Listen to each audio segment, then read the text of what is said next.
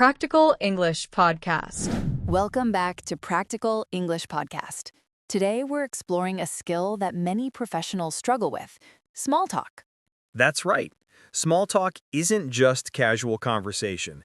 It's how you build relationships, create trust, and establish your professional presence before the real business begins. In this episode, you'll learn exactly how native speakers use small talk strategically in professional settings, perfect for B1 to C1 learners who want to sound confident and natural in any workplace situation. Let's dive in. Meet Priya Sharma, a software consultant from Mumbai who recently started working with a new client in London through video conferences. Today is her first video call with the client's project manager, Robert. The meeting is scheduled to discuss technical requirements, but Priya knows the first few minutes of small talk will set the tone for their entire working relationship. Priya feels nervous. She's excellent at her technical work, but she's not sure how to start a conversation naturally before diving into business. Should she talk about the weather, ask personal questions, keep it brief? This is a common challenge for non-native speakers. You don't want to seem cold and unfriendly, but you also don't want to waste time or say something inappropriate. So, how does Priya navigate this? Let's listen to how she handles professional small talk. Okay, the meeting starts in 2 minutes. I should prepare something to say before we start talking about the project. Let me think. What's natural but professional? I could mention it's morning here and afternoon there. Time zones are always a safe topic. And maybe ask how his week is going? Hi, Priya. Good to finally meet you, even if it's virtually. Hi, Robert. Yes, great to connect. Thanks for making time today. I know it's late afternoon your time. How's your day been so far? It's been busy but productive.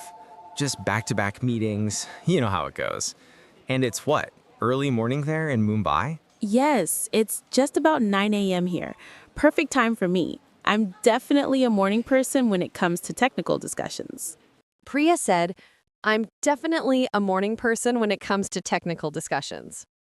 This is a great example of sharing something personal without being too casual. She's adding personality while keeping it work relevant.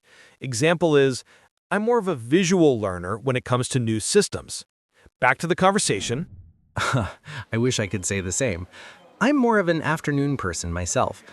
Anyway, before we jump into the technical requirements, I have to ask, have you been to London before?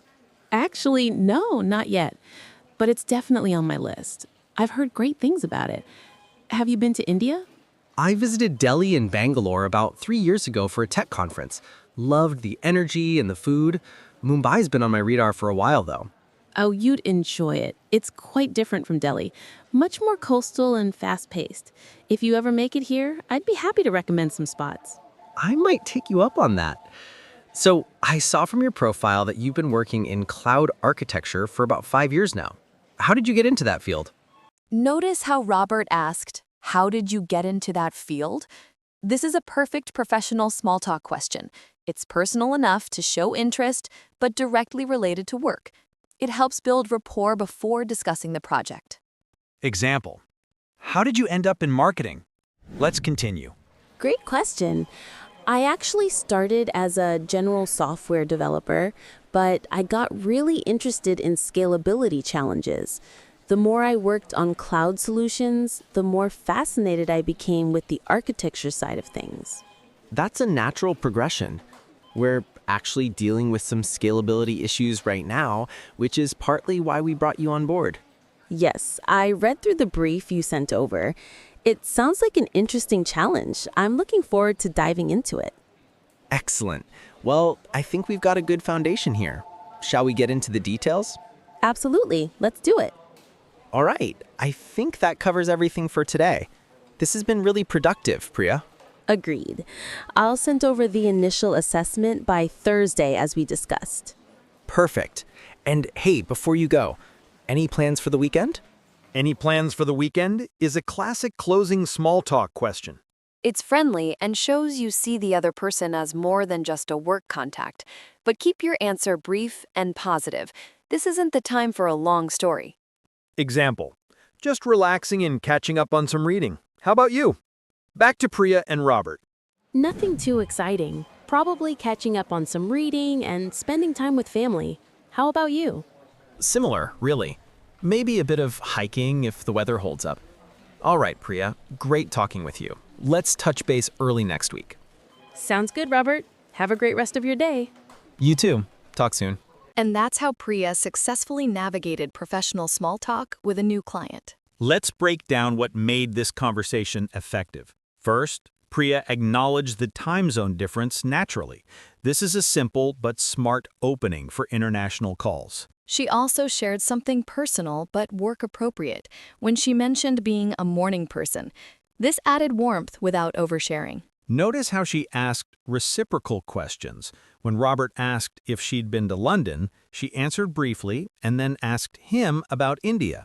This keeps the conversation balanced. She also made a genuine offer, recommending spots in Mumbai, which shows generosity and builds goodwill. But she kept it light, not pushy. At the end, when Robert asked about weekend plans, Priya kept her answer short and positive.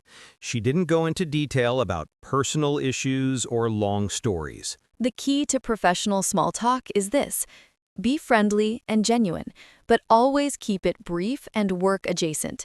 You're building rapport, not becoming best friends. Use these strategies in your next meeting, video call, or professional event, and you'll sound natural and confident. Let's review the key phrases from today's episode. Thanks for making time today. How's your day been so far?